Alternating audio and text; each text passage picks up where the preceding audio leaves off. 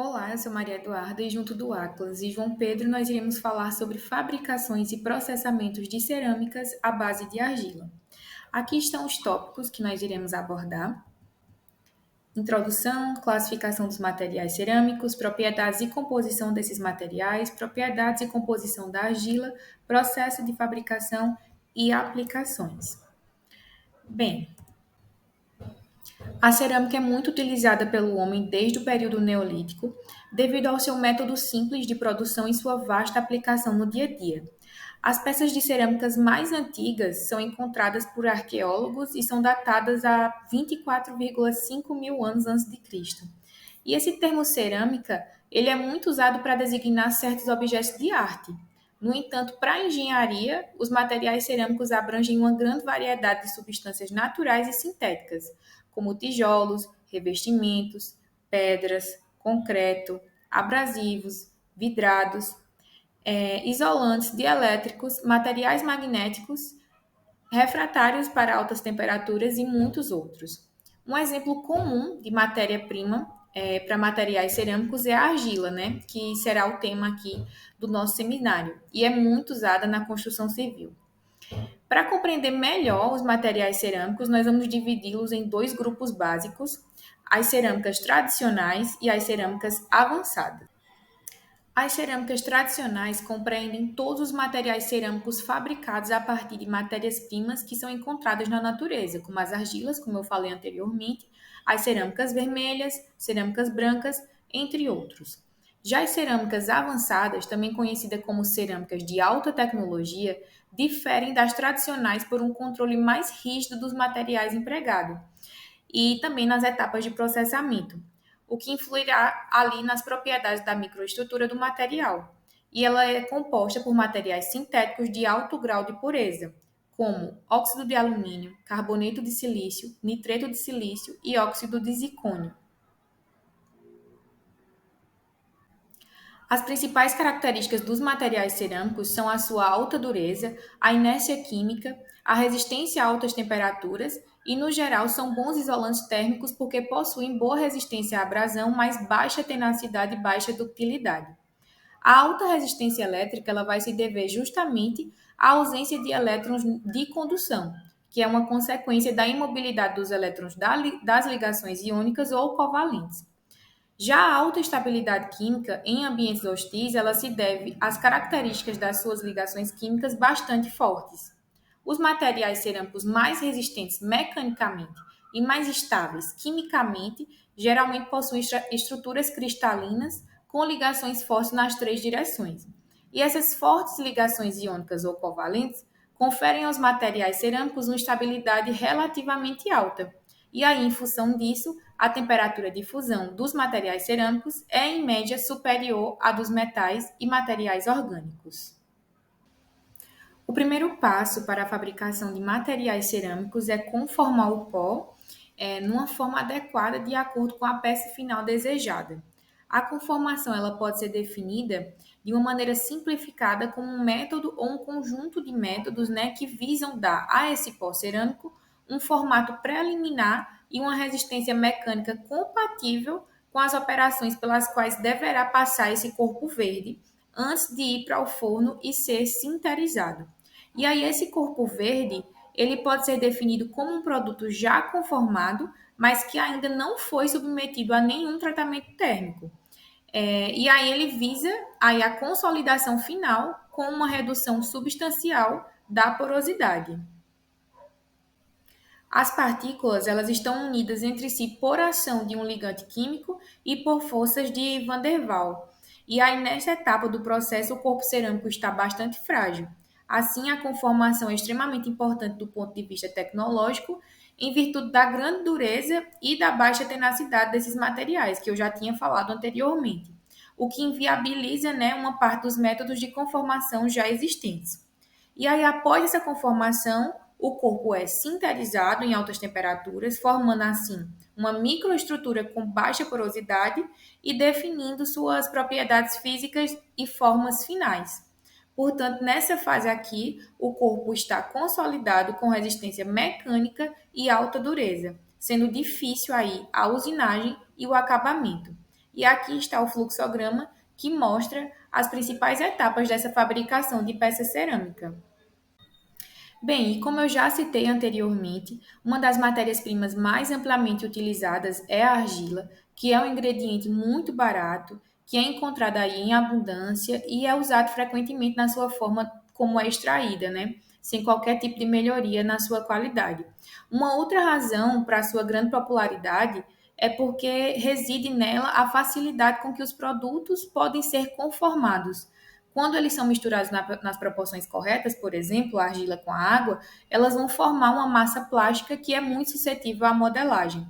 Então, a peça modelada é secada para remover parte da umidade e logo após é cozida a uma alta temperatura para melhorar aí a sua resistência mecânica.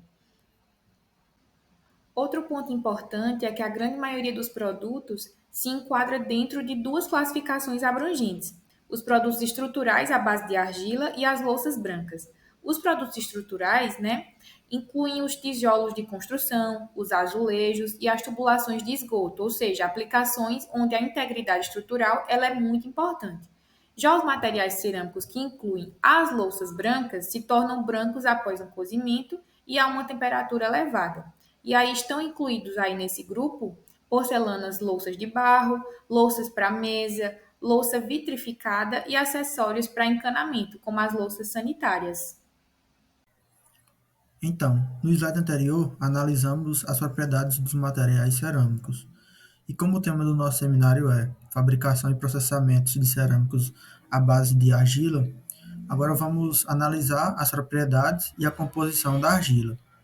A argila é parte de vários tipos diferentes de solos presentes na crosta terrestre, onde possibilita encontrá-los na sua forma pura ou conjugada com outros minerais. Minerais esses que são silicatos de alumínio, magnésio, ferro, cálcio, potássio, entre outros. Como eu falei anteriormente, a argila é um vasto conjunto de compostos químicos que apresenta uma granulometria muito fina, conforme está aqui nessa imagem, onde ela está entre o coloide e o cio, possuindo uma granulometria muito pequena. Agora falando da composição química da argila, na qual é um fator fundamental que influencia suas propriedades e comportamento durante o processo de fabricação da cerâmica. Vou falar sobre os componentes da argila e sobre seus impactos. Aqui temos alguns, que são a sílica, alumina, cal, álcalis, óxido de ferro, água e matéria orgânica. Possui algumas outras além dessas daqui. Vou explicar agora um pouco o impacto de cada uma, em que a sílica reduz a plasticidade, refratariedade, a retração e facilita a secagem. A alumina reduz a plasticidade, a resistência mecânica e as deformações. A cal age como um fundente e clareador da cerâmica. A álcalis facilita a secagem e o cozimento. O óxido de ferro dá cor à característica cerâmica. Agora, voltando a falar um pouco mais sobre a propriedade, eu abordarei sobre 6 características fundamentais que desempenham um papel crucial na fabricação da cerâmica, que são a granulometria, que já foi falado anteriormente, que está relacionado sobre a dimensão, que ela acaba até interferindo diretamente em propriedades como a plasticidade, permeabilidade e resistência. Tem uma outra característica, é a plasticidade, que ela acaba sendo interferida pela granulometria, que acabei de falar. Tem o comportamento ao calor, que quando aquecido, entre 20 e 150 graus Celsius, ela perde água de capilaridade. Entre 150 e 600 graus Celsius, elimina a água de plasticidade ou absorvida, e a partir de 600 graus Celsius começam a ocorrer as transformações químicas. Possui outra propriedade, outra característica, que é a superfície específica, possui a viscosidade e tem a porosidade, que acaba facilitando a corrosão, a abrasão e a erosão, e diminui a resistência mecânica, aumentando a refratariedade. Olá pessoal, tudo bom? Meu nome é Atlas. Eu vou estar explicando agora para vocês como acontece o processo de fabricação da cerâmica à base da argila. elas são divididas em 4 etapas. A primeira é a etapa de extração. Basicamente, a argila ela é muito fácil de ser encontrada na crosta terrestre. E a retirada dela acontece em canteiros de extração de argila que geralmente são a céu aberto. Além disso, ela é feita de forma mecanizada, com uso de máquinas como retroescavadeira, mas ela também pode acontecer de uma forma mais rudimentar, com pás, por exemplo. Isso depende de quem está fazendo. Se a gente fala de grandes empresas mineradoras, geralmente eles realmente preferem usar equipamento mais pesado. Agora, quando a gente fala de pessoas que estão interessadas mais no artesanato mesmo, ou de repente que moram próximas a esses canteiros, realmente podem estar fazendo dessa maneira mais rudimentar. Além disso, após a mineração, os materiais devem ser desagregados ou moídos, classificados de acordo com a granulometria. Basicamente, é um processamento que tem após na real, a mineração, que ela vai estar alterando o tamanho do grão da argila, isso dependendo do uso dela, qual é a demanda que ela tem que atingir. A segunda etapa do processo de fabricação é a preparação da massa. Para isso existem 2 métodos que eu trouxe aqui, o método da extrução e o da fundição por suspensão. O primeiro, da extrução, é a massa cerâmica plástica forçada através do molde. A gente fala desse estado plástico, é aquele estado que está entre o sólido e o líquido, mais pastoso mesmo. Como mostra essa primeira imagem, essa máquina é chamada de máquina de extrução de argila. Tem um nome mais popular também, que é chamado de maromba. Mas, de qualquer forma, o funcionamento dela é bem simples. A argila é toda adicionada na parte de trás da máquina. Ela também é adicionada água. Dentro dela vai ser misturado. Então, tem um motor que controla uma prensa. Ela vai prensar toda essa massa. Vai ficar bem compactazinha. E no formato do molde, que nesse caso já é de tijolos feito para construção civil. Esse é o processo da extrução. Além disso, tem um outro processo chamado fundição por suspensão. Nele, basicamente, uma mistura de argila e água é derramada dentro de um molde poroso. A água, então, ela é absorvida por esse molde, restando apenas uma camada sólida no formato desse molde mesmo. Como vocês podem ver na segunda imagem, tem um passo a passo como acontece o processo. A gente tem um molde que tem um orifício, já no formato que se deseja obter da peça. Essa mistura de argila e água, mais líquida, mais pastosa, é adicionada. Quando esse orifício fica todo preenchido, o tempo vai passando e a água vai escorrendo, vai sendo absorvida porque o molde é poroso mesmo, tá? É o natural. Com o passar do tempo fica realmente só a argila mesmo, essa camada mais sólida. E o que acontece? Conforme a água vai sendo absorvida, o molde vai ficando seco, a tendência é que ele vai endurecendo e vai também compactando. Então, no final, ele vai compactando, vai diminuindo o volume e acaba ficando fácil de retirar ele do molde. Ele vai soltando naturalmente. Já a terceira etapa do processo de fabricação é o tratamento térmico. Ele pode ser dividido em 2 etapas dentre ele, que são consecutivas. A primeira é a etapa de secagem, que ela consiste na eliminação da água utilizada durante a formação das peças de cerâmica. Como a gente viu anteriormente, a água é muito importante nesse processo, só que ela precisa ser retirada. E para fazer isso, acontece em 2 maneiras. A mais comum é ela ser exposta ao ar livre, no sol mesmo, como representada nessa primeira imagem, todas as peças aí tomando sol. Mas em alguns casos, quando a gente está falando de indústria que precisa produzir em massa mesmo, algumas delas põem essas peças dentro de um forno especial para estar fazendo essa secagem. Após a secagem acontece o processo de queima, que também é chamada de sinterização, mas ela basicamente consiste em aquecer as peças a uma temperatura que varia de 800 a 1100 graus Celsius e com tempos que podem variar de horas até dias. Nesse processo já dá para ver que é um pouquinho diferente da secagem, porque agora a gente está trabalhando com alta temperatura, não baixa temperatura. E além disso, o tempo que essa peça vai ficar exposta, esse calor, depende muito da matéria-prima que está sendo trabalhada e também qual a demanda que essa peça tem que atender lá na frente. E o quarto e último etapa do processo de fabricação é o de acabamento e decoração. De acabamento podem fazer polimento, corte e também a furação da peça. No processo de decoração também são múltiplas maneiras. Pode ser a serigrafia, pode ser pintura com pincel, revestimento com esmalte. Vale destacar também que esses métodos de decoração também variam com a cultura da região. Cada país, região, assim, tem algo bem específico para decorar seus vasos, coisa que até é registrado historicamente. Tem, como vocês podem ver na imagem, o primeiro tem um traço mais indígena e o de baixo algo mais comum, são caqueiros, só que dá para observar que eles foram vernizados, esmaltados, para conferir uma proteção maior à peça. Agora, já entrando na parte de aplicações, quando a gente fala de cerâmica a partir da argila, existem diversas incríveis variáveis sobre as aplicações delas. A que eu trouxe aqui é a que eu considero a mais comum, a mais popular, inclusive, quando você pensa em argila, que é a do artesanato, a que consegue vir nas mais diversas formas. Da que eu trouxe aqui, tem vasos, jarras, objetos decorativos, que são mais comuns mesmo. Também é muito comum fazer utensílios de cozinha, como pratos, copos, tigelas, travessas, entra também canecas, realmente são bem comuns.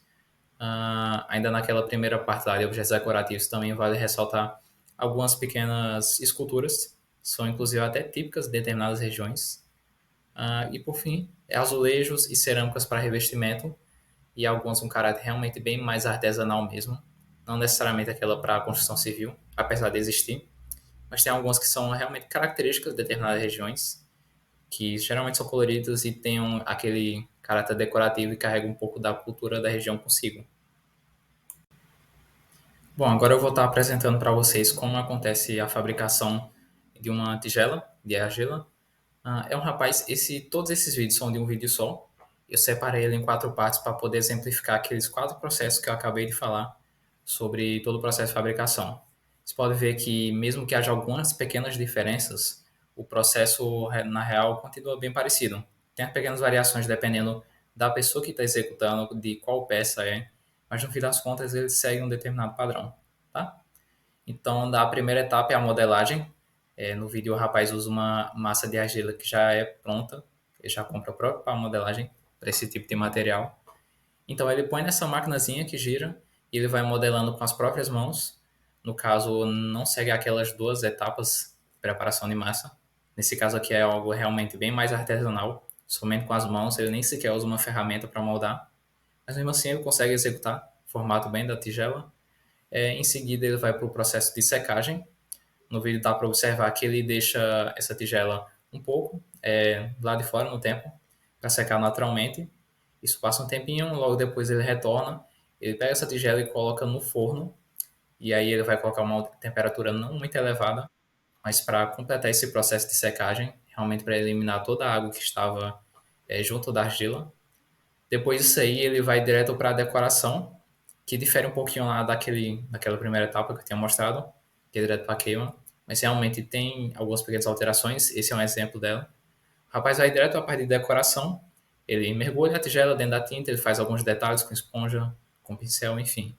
Do jeito que ele sabe fazer, algo realmente bem característico do artista. Mas de qualquer forma, ele consegue fazer essa finalização e aí sim ele vai para o processo de queima.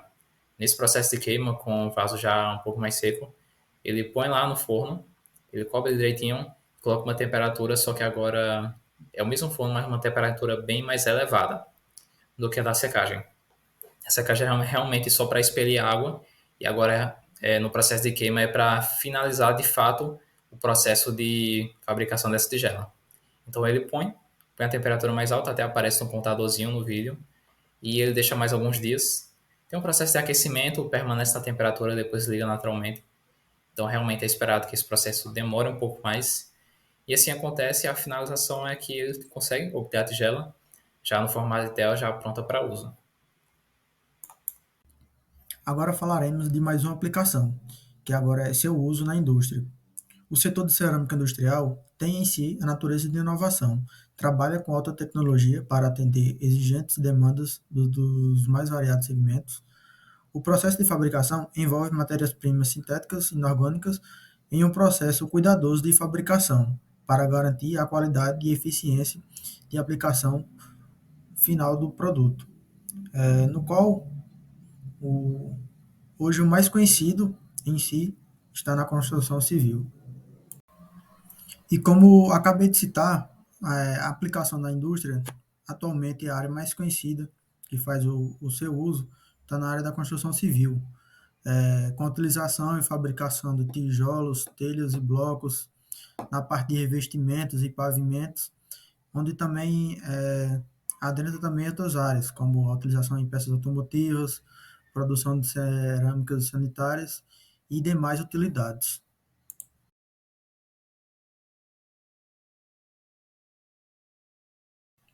E por fim, professor, o nosso muito obrigado. Esperamos ter abordado de fato o tema com grande relevância e ter citado os assuntos necessários nessa apresentação.